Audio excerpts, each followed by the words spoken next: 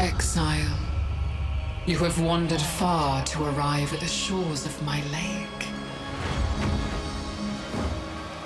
A hidden realm I have overseen for longer than time itself.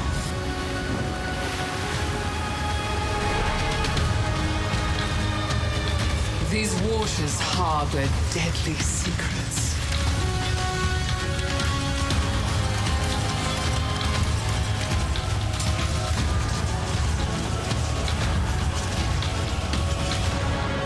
Rayclast is reflected here. Reassemble it as you see fit. But the mirror distorts reality.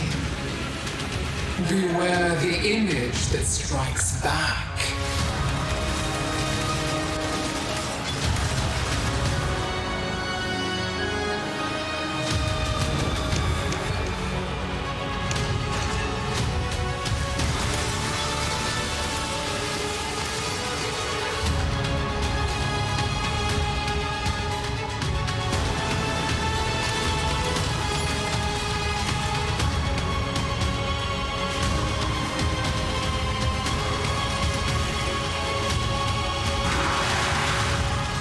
The lake calls to you, Exile. Will you endure, or will you drown?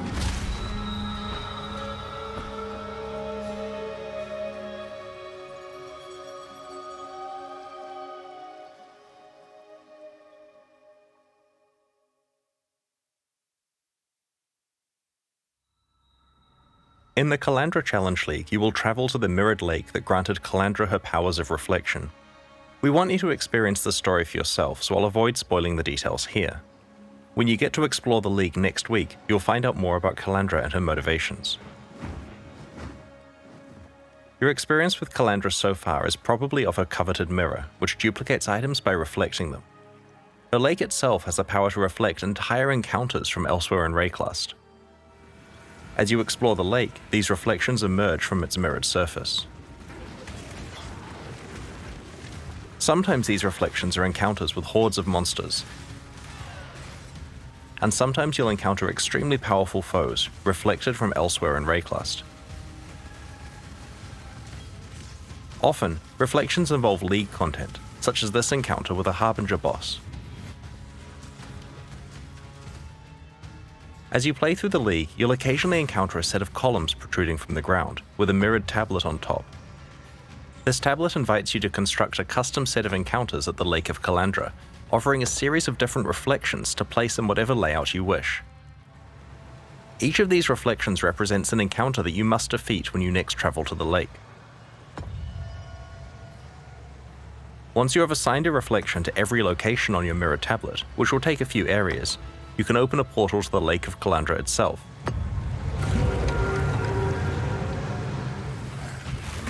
There you will get to experience these reflections of Rayclast as Kalandra manifests each encounter you have chosen.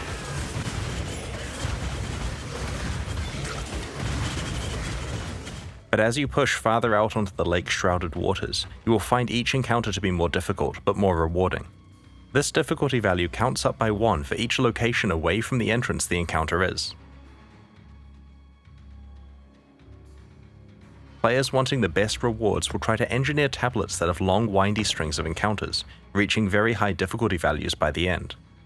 To do this, there are occasional options that can be chosen which allow you to move and swap the entrance, reflections, and water tiles on the tablet. Additionally, as you progress through the league, you'll be able to unlock special abilities that let you manipulate the options you have available on each tablet. If you don't like any of the choices available to you, you can earn the ability to skip picking one entirely. The next ability is even stronger. It lets you re-roll the list of options so that you can immediately pick another one. Finally, you can earn the ability to exile a choice entirely. For the rest of this tablet, that choice will no longer appear. Once you reach maps, you'll be able to itemize your mirrored tablets so that they don't have to be played immediately. They can be stored for later or traded with other players. As you visit the Lake of Kalandra to attempt your mirrored tablets, there are many types of rewards you can find. An encounter that is based on a past league implicitly grants the rewards from that league, but with extra juice so that you're not missing out on bonuses you'd have obtained if your Atlas tree applied to the lake. Other encounters that aren't based on past leagues generally yield a reward chest that rises out of the lake when you complete the encounter. Certain reflections grant you access to a new variation on rare items, exclusive to the Kalandra Challenge League. When you complete the encounter, you'll get access to some reflecting mist, which presents you with a difficult choice. It generates a rare ring or amulet with an unusual set of mods. Some are very high, and some are very negative, which hurt your character. The item is then duplicated, with a reflected copy having inverse mods. Negative ones are now positive, and vice versa. The amount that all of these mods are scaled up by is based on the difficulty of the encounter you just completed. You may only pick one of these items to keep. It'll often be a tough choice, with each item having its own strong pros and cons. But sometimes, you'll be offered an item where the negative mods aren't downsides for your build, and the juiced up positive mods are very attractive.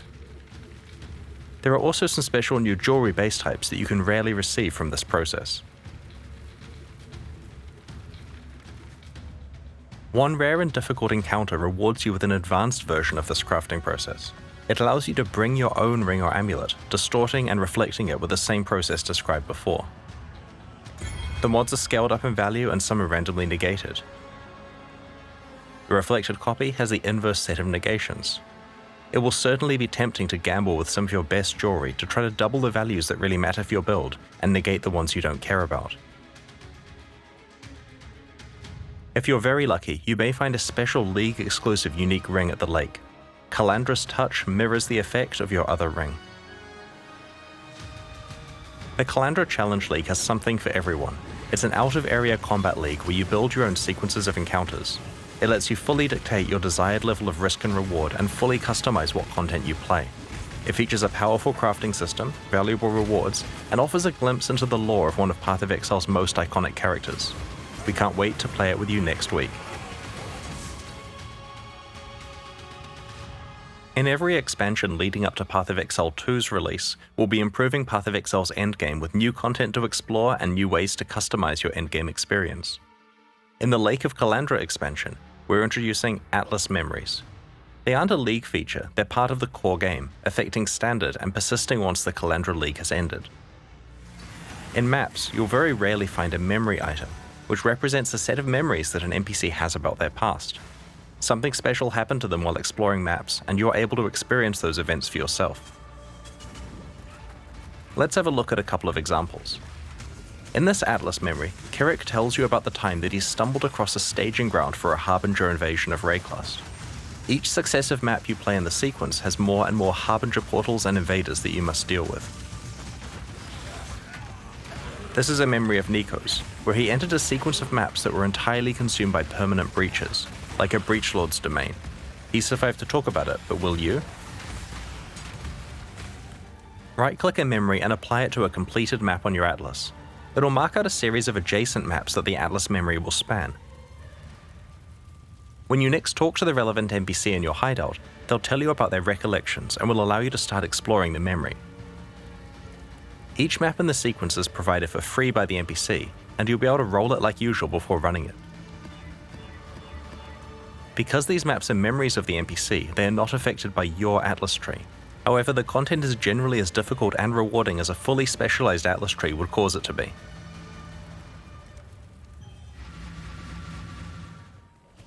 Each successive map in the sequence gets harder and more rewarding as the memories intensify. While memories are tradable, they're also very rare and valuable, so you'll probably want to complete them yourself if you can. For players who love lore, Atlas memories help expand on the backstory of key NPCs.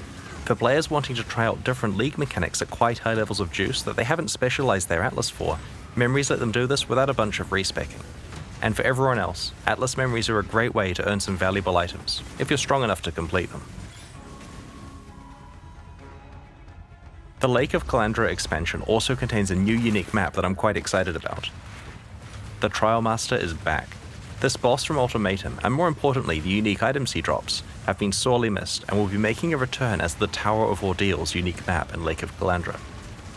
This map can be created by completing difficult endgame Val content. We have not forgotten about the rest of Ultimatum and have a specific plan for how it will return in the future. Whenever we're improving Path of Exile's endgame, we take every opportunity we can to add new variations of rewards that you can find. We don't want to say too much about how these are acquired, but in this expansion it's possible to very rarely find special foil versions of any pinnacle boss unique item. These have the same stats as regular ones, but are certain to be highly prized by collectors or wealthy players wanting to show off. The Lake of Kalandra expansion contains 14 new unique items. In addition to the Kalandra's Touch Ring that is exclusive to the Kalandra Challenge League, we have introduced a new endgame pinnacle boss reward, a supporter unique, the Tower of Ordeal's unique map, 6 new Grand Spectrum jewels, and even some leveling uniques. The first we're showing you today is Soul Ascension, a pair of gloves designed by Zizaran. They drop from the Uber Elder. Soul Eater is a very powerful buff, but it is usually hard to obtain in boss fights. This unique grants you the ability to gain stacks of Soul Eater when you hit a unique enemy, but also makes you lose those stacks if you aren't near one. Ghost Writhe is a leveling unique which allows you to play as an almost pure energy shield character during early parts of the campaign. We'll reveal the other new unique items in this expansion over the next week. Path of Exile has a lot of unique items in its core drop pool, over 700 in fact. We feel that there are 2 big problems with unique items at the moment. The first is that you find too many, and the second is that they are generally pretty useless when you do. Sure, there are some powerful endgame or build enabling uniques that feel amazing to find, but the majority of unique items found throughout the game are rarely actually useful to you. In the Lake of Kalandra expansion, we have made a lot of changes here. We have reduced the overall drop rate of uniques throughout the game and have rebalanced and overhauled over 100 existing unique items, with an emphasis on uniques in the core drop pool, including leveling uniques and some endgame uniques. You're going to find unique items less frequently now, but when you do, they're going to be a lot more punchy. Nectar's Lantern has been completely changed from the ground up. Previously, it was trying to allow you to play a hybrid attacker and spellcaster, but it didn't really work very well. With the new design, it's a lot more elegant and delivers on this goal by simply granting high damage and the Battle Mage effect, so that your weapon damage is added to your spells. Thousand Ribbons is an example of an item where we merely needed to tweak values on the existing mods to make it a lot better. We want mod value rolls to matter more, and this item now showcases that well. If you find a high rolled one early on, you're probably not replacing it for a long time. Malachai's Simula was trying to deliver the Blood Mage fantasy by allowing you to spend life to cast your spells. This was meant to be special because the Blood Magic Keystone was far away from the Witch starting location on the skill tree. Unfortunately, this item wasn't really powerful enough to justify its use. It has now been overhauled, and alongside Blood Magic, it grants a powerful multiplicative damage boost.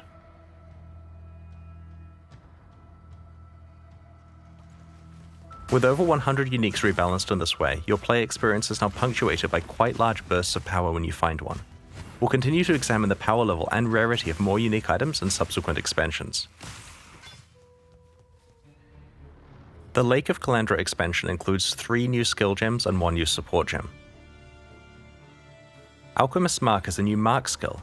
Igniting or poisoning the marked target creates burning or caustic ground underneath them, based on the damage of the strongest ignite or poison on the enemy.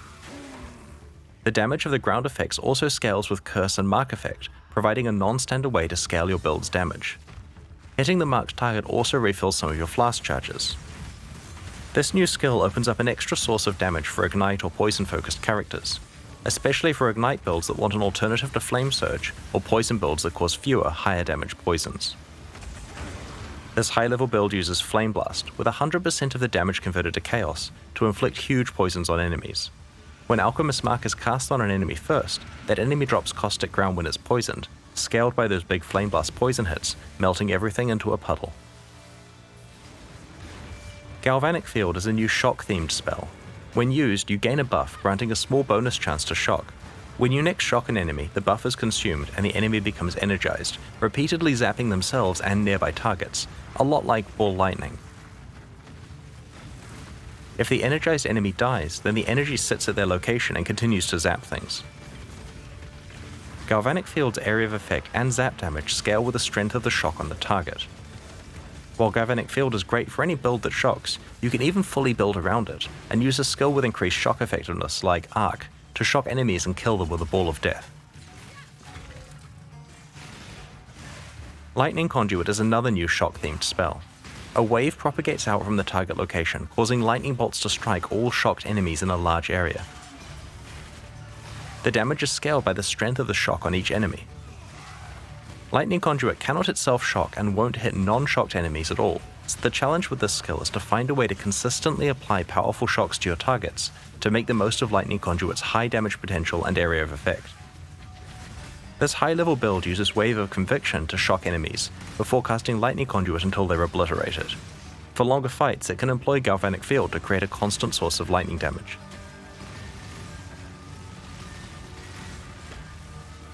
Last but not least, Overcharge Support is a new support gem that causes supported skills to deal less damage, but makes them inflict much stronger shocks and grants them a higher chance to shock. Overcharge lets many different lightning skills create powerful shocks. Use this to take advantage of Shock's large damage multiplier or to activate Lightning Conduit and Galvanic Field. As Path of Exile expands, we often revisit previous leagues, reworking them so they stay relevant and engaging. In Lake of Kalandra, we are targeting 3 such leagues: Archnemesis, Beyond, and Harvest. The larger context here is that we've been re-examining what role rare and magic monsters have in Path of Exile. The introduction of Archnemesis modifiers as the monster mod pool prompted quite a lot of discussion about how often you should encounter rare and magic monsters, how difficult they should be to kill, and how rewarding their death should be. Previously, League content made fights hard by spawning a lot of rare monsters. A whole lot. In some cases 6 to 8 times the normal rate of rare monsters. Now that we have better mods available to make fights against rare monsters individually challenging, we have gone through the whole game and normalized the rate that rare monsters are spawned at. Some leagues had quite large reductions in spawn rate. You won't encounter situations with dozens of rare monsters on screen at once anymore. Alongside this reduction of how many rare monsters you'll face, we have improved their rewards and made sure that they scale with both difficulty of the encounter and any item rarity or quantity bonuses that you have. During the campaign, you'll only encounter 1 and 2 mod rare monsters. The 2 mod encounters are a bit harder and have better drops. In maps, you'll stop encountering 1 mod rare monsters entirely, and will mostly encounter 2 and 3 mod rare monsters. It'll also be possible to encounter 4 mod rare monsters again. Not only are the innate item drop bonuses scaled up significantly on monsters with many mods, but we have made these challenging encounters rewarding in another way too. About a third of the more powerful Archnemesis modifiers now use a special reward conversion system. For example, if you defeat a monster with a Corruptor mod, all of its drops become corrupted. The Solaris Touched mod converts all of its item drops to maps.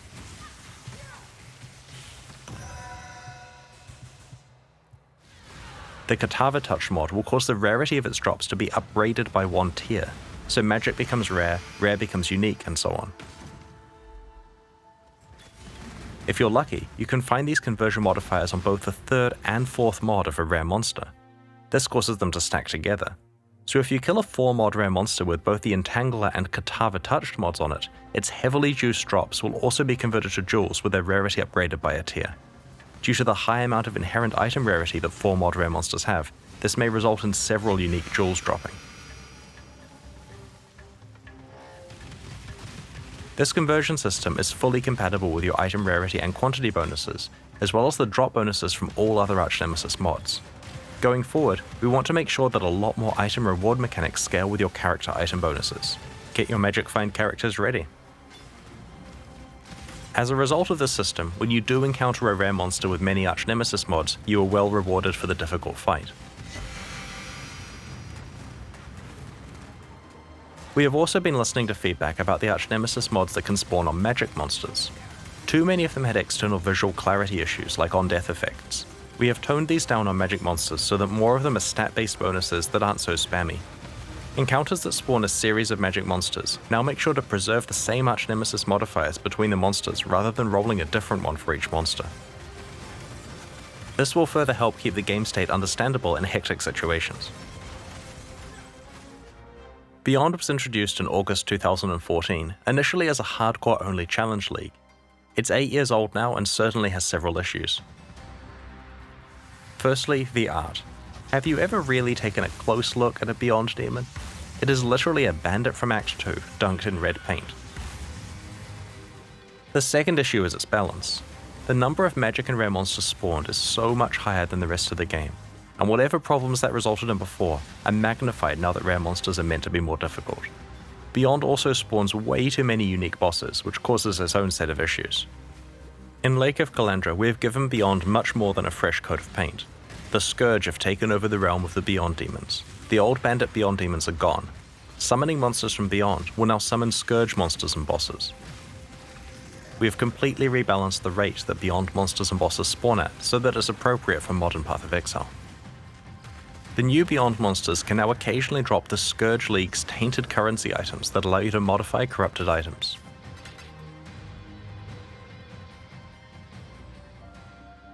We've also completely revamped how harvest crafting works.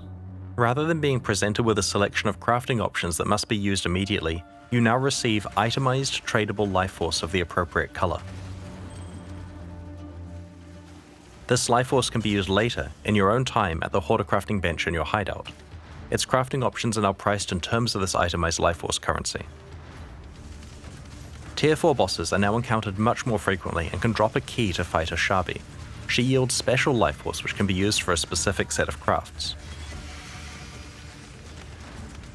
We have rebalanced all harvest crafts for the new system and have removed a bunch of filler crafts and some ones with deterministic outcomes that were incredibly RNG gated before. Some crafts that provided access to exclusive content, like the special offerings to the goddess, have been removed because these items can now be found in more appropriate locations elsewhere in the game. The result of these changes is that when you complete a harvest, you aren't presented with 30 crafts which must either be used immediately or unsafely traded to some player you found in a community Discord server. It also means that every bit of life force you receive is going towards a craft that you actually want to use on one of your items, when you're ready to use it. Your interaction with the Sacred Grove is now far simpler as well. Just enter, pick your plots, defeat the monsters, and get on with your mapping. Like with Archnemesis and Beyond, we have also addressed the monster composition of Harvest's fights, so that it doesn't contain too many rare monster mods and so that it is of appropriate difficulty for its rewards. In addition, the rewards for Harvest now scale with map quantity and pack size, incentivizing you to juice your maps. Previously, the crafts you received were not scaled up at all if you played a harder map. Last week, we posted this expansion's character balance manifesto, which detailed the many changes we're making in Lake of Kalandra. There are plenty more changes, which we will include in the full patch notes that will be posted after this livestream. But on this stream, I'd like to talk about a few specific areas: minion itemization, Exalted and Divine Orbs, and the Trickster Ascendancy class. Historically, minion builds have not been particularly reliant on the stats of their items. Most of the power of their minions came from their skill and support gems. This led to a few problems. Firstly, it gave them a bit of a free ride compared to most other character builds. And secondly, it meant that it was hard for minion players to actually specialize their character to be really good. We want to solve both of these problems in this expansion. Path of Exile is a game about items, and that means that you will now be strongly rewarded for finding items that make your minions better. It also means that, like with other builds, if you find good items, you'll be far more damaging and survivable than before. We described a variety of minion changes in last week's character balance manifesto. Today I want to show you the new base item types we have added to help your minion itemization. We've added a new ring base type, the Bone Ring. This ring has implicit minion elemental resistances and can roll minion related modifiers. We've added level 20 and 50 versions of the Convoking Wand, called the Calling Wand and Covenant Wand respectively. Like the Convoking Wand, these new base types can roll minion-related modifiers. Some new minion-related mods have been added to the pool available to these wands, and some existing mods have been adjusted or made more common. We have repurposed the bone-themed spirit shields so that they have minion damage implicit mods rather than spell damage, and can also roll minion-related mods. Alongside the stable of existing unique items, there's now quite a lot more base type support for minion characters, and good mods on those base types can stack up to some pretty large bonuses for your minions. I also wanted to discuss two of the rarest currency items in Path of Exile, Divine Orbs and Exalted Orbs. These actually have the same drop rate, but Exalted Orbs are worth so much more in trade because there's no easy vendor recipe for them, and because they're consumed when you craft certain meta mods onto items. Out of these two currency items, we would actually prefer the Divine Orb effect to be rarer, so that unique items with good rolls matter more, and so that players can exalt craft their items more frequently. We are making two changes that will impact this.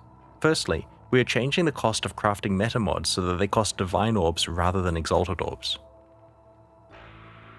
Secondly, we are changing the 6-link vendor recipe to grant 20 Orbs of Fusing rather than a Divine Orb. This change will result in Exalted Orbs being far more available for crafting, and Divine Orbs less available for re-rolling mods on items. It'll certainly be interesting to see what the de facto trade currency becomes next league.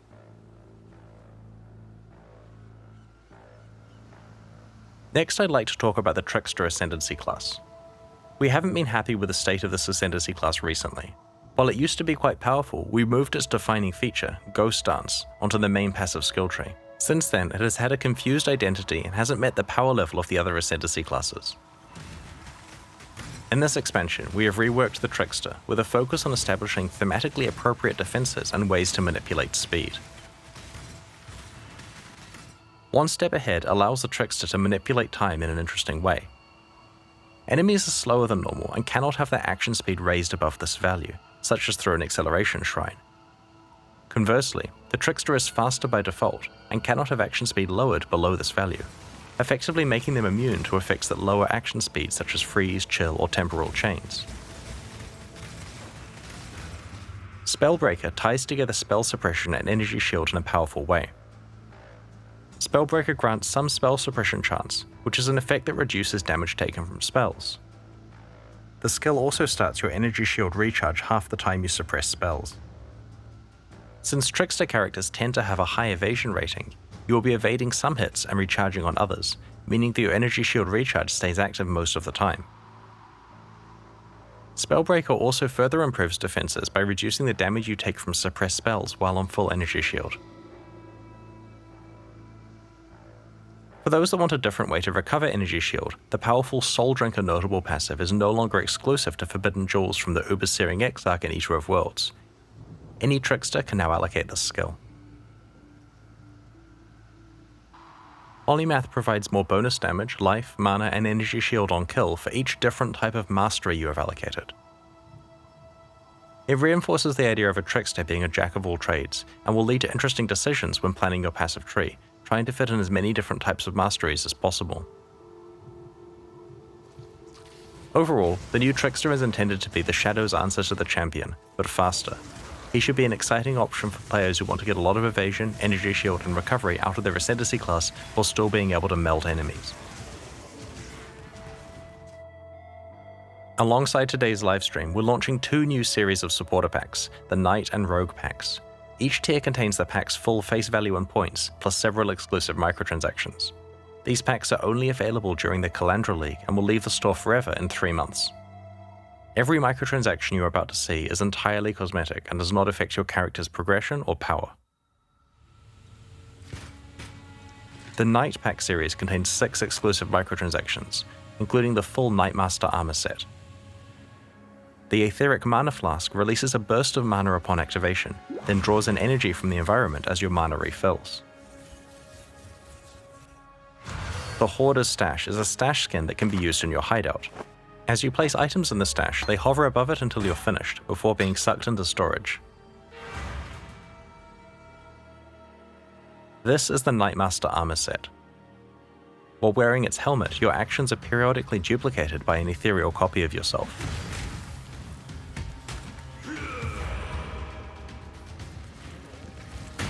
The Blood-Scouring Cloak absorbs blood as you slay monsters. It tracks your kill streak and cleans itself off when the slaughter ends. The Ring of the Victor causes a podium to rise up underneath you when you are standing still, elevating you above other players. Seek refuge here. The Warlord's Lieutenant portal summons a warrior spirit who will greet you, cheer you on, and commend you on your actions. Onward to battle.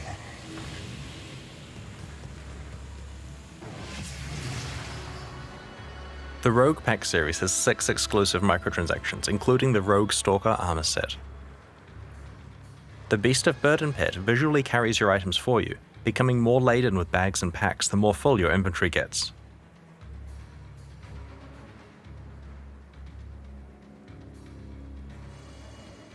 The Collector Serpent Shield covets the treasure you find. Whenever you pick up an item, the serpent darts out to grab it.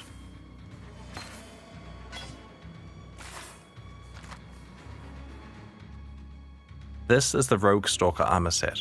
While wearing its gloves, critical strikes cause blades to appear and slice at your enemies.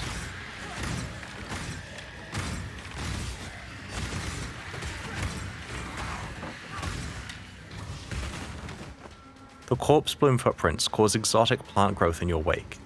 The plants especially love corpses and will seek them out and grow in larger patches around them.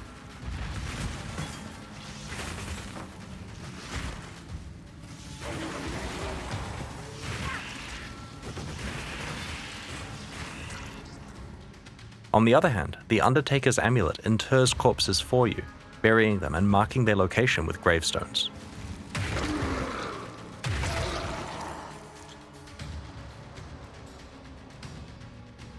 The Unstable Explosives back attachment is not for the faint of heart.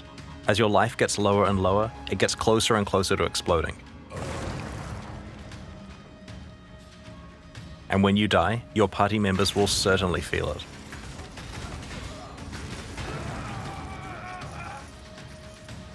As I mentioned before, these packs are exclusive to the Kalandra League and will leave the store in 3 months. They're available right now at pathofexile.com/purchase, and they directly fund the ongoing development of Path of Exile 2 and Path of Exile 1 expansions like Lake of Kalandra. In addition, the supporter packs introduced with the Sentinel expansion are leaving the store forever in 1 week. Now's your last chance to purchase them, and we greatly appreciate your support. Speaking of things leaving the store, the Kyrix Vault Pass for Sentinel is only available for the next few days also, and will leave the store forever when the League ends. There's no penalty for purchasing the pass late in the League after you've wrapped up your map completion, so if you're pleased with where you got to in maps and Sentinel and want to lock in your unique skins, it's not too late to buy your pass. Next up, we've got the Q&A with Ziggy D. Once that ends, we'll post the full patch notes for Lake of Kalandra. Over the next week, our community team will post teasers for new and revamped unique items, upcoming quality of life improvements, and an announcement for the League launch race event. On launch weekend, we'll be running another set of Twitch drops, and expect to release the new Mystery Box and Kyrix Vault Pass in the days after launch. Thanks for joining us and checking out today's reveals. We can't wait to see you in Rayclast on August 19th. We'll begin the Q&A in a few moments, so please get your questions ready in chat.